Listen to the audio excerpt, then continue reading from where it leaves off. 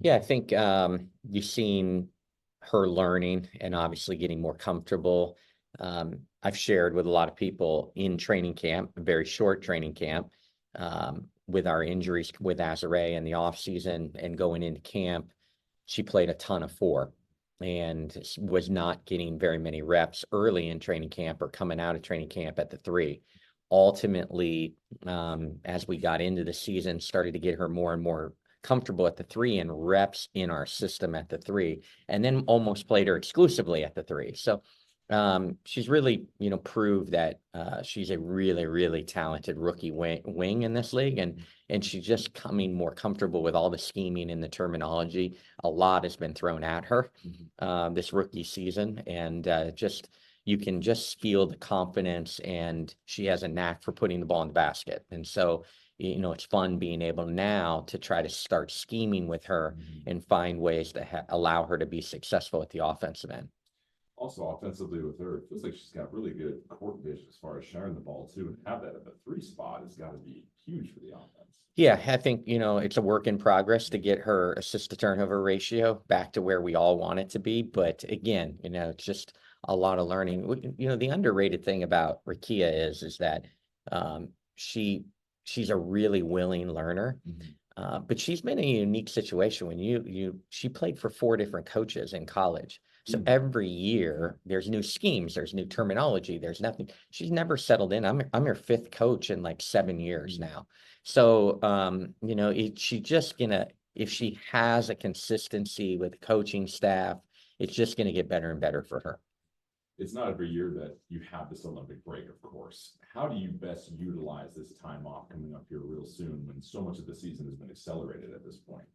Yeah, it's almost like a second training camp. Ours will be not unique to others around the league, but we have four Olympians with De'Erica with 3-on-3 team and then three international Olympians. So, well, when we get back, you start to count the people up. We, with our injuries and illnesses and everything that's going on, we could have at times as little as six people practicing when we get back. So a much needed break for many of them. And then when we get back to work, it's going to be unique because it can be a second training camp, but like many, we're going to be really down in numbers. So we're going to have to be creative on what our post, when we our break, but what we look like practice wise when we start back up, because we'll have six people. So not easy to run practices with six people.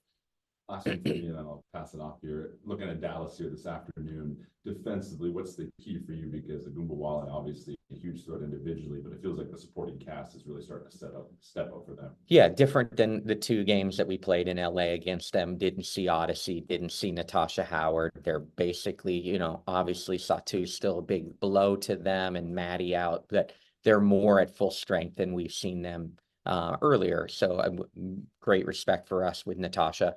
Odyssey is a veteran scoring type of point guard. So lots more weapons around. I call the big three Odyssey and Rickea and Natasha now, they're big three, and then you still have the challenge of guarding T.R. McCowan and Kalani on the board. So, we've had a really good homestand against them guarding Rickea. I think she's 15 or 18 of like 58, or like she went 7 of 30. She took 28 shots, so she's almost taken 60 shots in 2 games against us. But have really kept her percentage down, and that's our goal, right? Our goal always is Rickea. She's going to get her points. We're not going to shut her out, but we make them somewhat inefficient, and we've done a really good job in both games against her that way. But it comes down to the paint. They're going to get in the horn set over and time again when they really need a basket, and they're going to get in their high-low game. And can you keep McCowan from the rim? And if now you got Howard, who's a dynamic scorer along with her. So, you got your hands full in the paint. And then lastly, sometimes their best offense is the second chance shots. And so trying to keep them off the glass is, easier said than done. We're thin in the post. So staying out of foul trouble is going to be really important for us. Like if there wasn't a game, not that have Lee LaRue missing. This was the one. Yeah. But, you know, again, another post player down. So De'Erica and Azarea are our only post players with size tonight. You know, one of them gets in foul trouble, all of a sudden you get small in a hurry. So, you know, trying to protect the paint when we don't have a ton of options to get bodies to keep throwing at them will be our challenge tonight. Back to, you know, holding Rickea, Ice is down here for CBS, back to holding Rickea. Did you feel like that was, you know, specific team defense or someone had guarded her well, or maybe just because there was no Odyssey or Howard you had to focus on?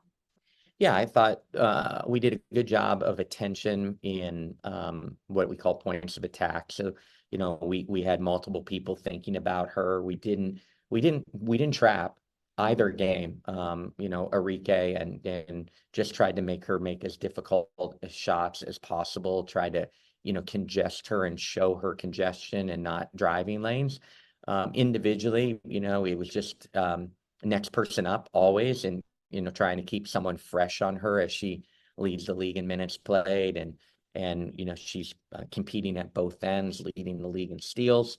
So we just tried, you know, to make her work for everything that she got. Obviously going to be more comfortable in this building. You know, I'm a big numbers guy, so I think things come back to the mean, unfortunately. So a little worried that we can come back to the mean with Rickea, but you know, we've got to keep her off balance, show her different looks, show her different type of defenders, show her different type of bodies. But yeah, it wasn't one thing that we did, but you know, we're fortunate to you know, make her inefficient those first two games, which is not always easy.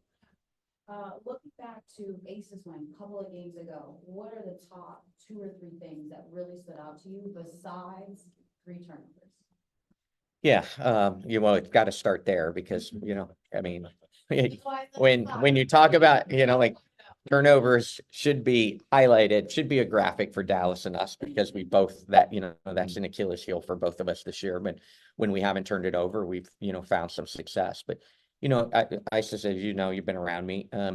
You know, there's interesting matchups in this league where they're just, you can't explain it, and you match up well with some teams, and maybe someone doesn't, and it doesn't always, you know, make sense. Well, we've had some recent success against Vegas. We've won 2 games this year. We were the only ones that beat them in the regular season at their place last year. You know, so there's a little bit of that uncanniness that this league's about, and you know, matchups. Last year, Dallas really talented, and we won that series. You know, against Dallas last year, it was a matchup that was just favorable to us last year. I'd have other head coaches call me going, "What the heck are you doing? We can't beat them." So, you know, in that Vegas game, you know, our intensity, uniquely, our team is passionate for De'Erica, you know, so there's a little bit more of an edge for each other. You know, that little extra motivation in this league goes a long way. People get, you know, up, you know, you're playing against 3 and 4 Olympians and the back-to-back champions. So, you know, I loved our compete. I loved our effort. I loved our desire on top of some of the things that went well for us. And since then, those 2 games, we've talked about, was our effort good enough? You know, in these last 2 games, we know who we are. Our margin of error is thinner than a lot of teams in this league because of our injuries and illness. We don't have a lot of margin for error. So if you have to spend time talking about effort and passion and how you play, it's not, you know, what I'd like to be. And I'd like to be in the chess match and the scheming in our timeouts. And we've challenged our team that, did you play as hard and it was with as much passion and desire as you did in the Vegas game? And we don't think we have the last 2 games. So, you know, we'll see how we are tonight. You know, it's really important for us that that's the culture in this build that we're trying to create. We're trying to create, you know, that we are going to play hard. We're going to be a tough out every night. And, you know, we don't want to be coaching effort and desire. So for me, you know, where/how do you want to attack Dallas? Yeah, I think, you know, there's intent offensively at times. We look for those individual matchups.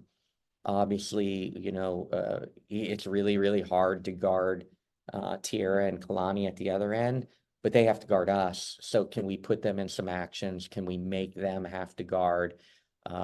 also am a big believer through the years, from all my Connecticut years to here, is you have to make Rickea work at the defensive end, because maybe, just maybe, she, might get a little bit tired in that fourth quarter when she's the ultimate closer in our league. Can you make her a little bit tired in those close games? So, got to work that way. But we've had some success in the paint against them, and that sounds unique because Natasha's long and Mo's, an Energizer Bunny, and then you have Kalani and Tiara back in there. But we have to get the ball in the paint. We'll be a better three-point shooting team if we can get the ball in the paint and spray it around.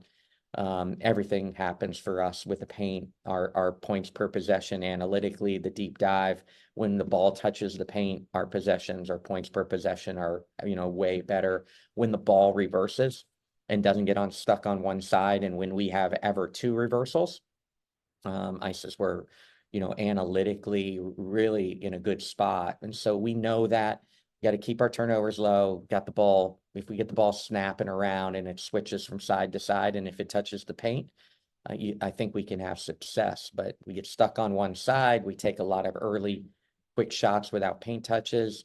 Again, we may not be built right now in order to play that style. We don't, just ride through one person and someone that can really go make a lot of one-on-one plays. We have to have assisted baskets. That's just who we are, and that's who our makeup is. And we're able to look in the mirror and admit that. And so we know what we have to do. It's just, we got to go out and execute it.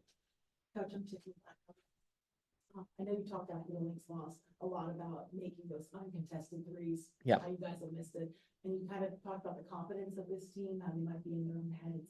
Who needs to be the voice to either help you get out of your heads, or is it just a matter of trying to shoot your way out of it? So. Yeah, I'm a big believer you shoot your way out of slumps, and you have to keep encouraging players to, have to take shots to make shots. I don't want you to get hesitant.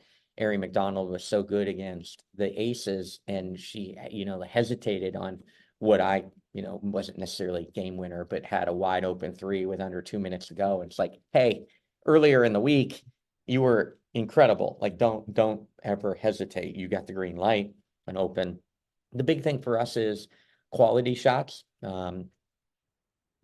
Eli, who's sitting in here as our assistant GM, is a really big analytic person for us and helps us look at a lot of deep analytics. And our shot quality, around the league has been top 4 in the league for most of the year, meaning we're getting quality shots. Now we've got to make shots. And again, I just got to keep encouraging them, to stay confident. And, anytime someone sees the ball go through the net, they feel better about themselves. Can you get yourself to the foul line? If you're struggling, can we find an easy basket? But Tiffany, I'm telling you, our shot quality has not been bad analytically, but we've got to make more open shots. Those are the ones I'm worried about. Getting rid of, taking less of a percentage of contested shots, but we've got to make our uncontested shots. And we just haven't been consistent enough through the year to making our uncontested shots. It's a make or miss league. With Erica, you just said the team's passionate about playing with her, kind of playing for her. She also talked after the Lynx loss just about trying to establish maybe more of a physicality to the game to kind of set the tone for the team. What happens when she does that? How does everyone else feed off of it? Yeah, a big thing for us with Erica is, she's carrying us. She got broad shoulders for us right now, and just has had an incredible offensive year with all the double doubles and shooting the ball well from the arc. Her, career best right now from the arc. But she's scoring in a variety of ways, and she's always been defined by her motor, and her motor's great. You got your two most minutes played players in this game, right? It's Rickea 1 and Rickea 2. So we both have a player that never comes off the floor, and there's at times where Rickea knows that she might steal a possession or two defensively to take a break, or she may not be as physical, Tiffany, with her defensive ability because she knows we need her to stay on the floor. And what we're challenging her is, we've got to have you stay physical. We've got to have you play both sides of the ball. Yes, we are asking a lot of you. Yes, you're shouldering and birding a lot for us right now. and the minutes that she's playing, but she's got to play at both ends, even if it means 4 to 5 less minutes a game. You know, the challenge is continue to be physical. But tonight is the perfect example. She's going to be, we're undermanned. We're even now another post down, and she knows who we're guarding.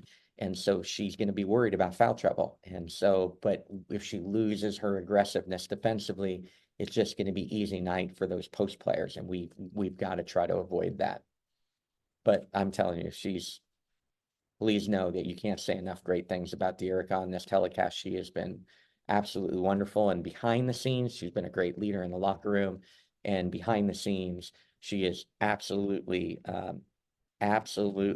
driven to also help acquire more and more talent to LA. She's going to be our biggest recruiter. She believes in what we're doing, and she wants, other players to join us in the future in LA. So just can't say enough great things about Rickea and everything she's overcome. Yeah. Time for one virtual, Rashawn. Hey, Coach. Obviously, there's the chemistry goes back to last season, but just curious what you've seen from the pairing of Azare and Rickea in these first couple of games and Steven's return. Yeah, I think there's a comfortability of playing together. Obviously, Azare is still trying to get her timing down and after not playing competitive games for a long time. So excited about them continuing to work together. Azare has been able to, her length has been a factor defensively, Rashawn, here early in the season. So excited about her continuing to use her length and be disruptive around the rim. But they can play off of each other offensively too, because they're both inside out. They both can go off the dribble. So I'm excited for them to find their rhythm again together. I'm excited for it to continue to build. It's obviously early right now, getting Azare back up, into her true form. Thanks, Coach. Thank you.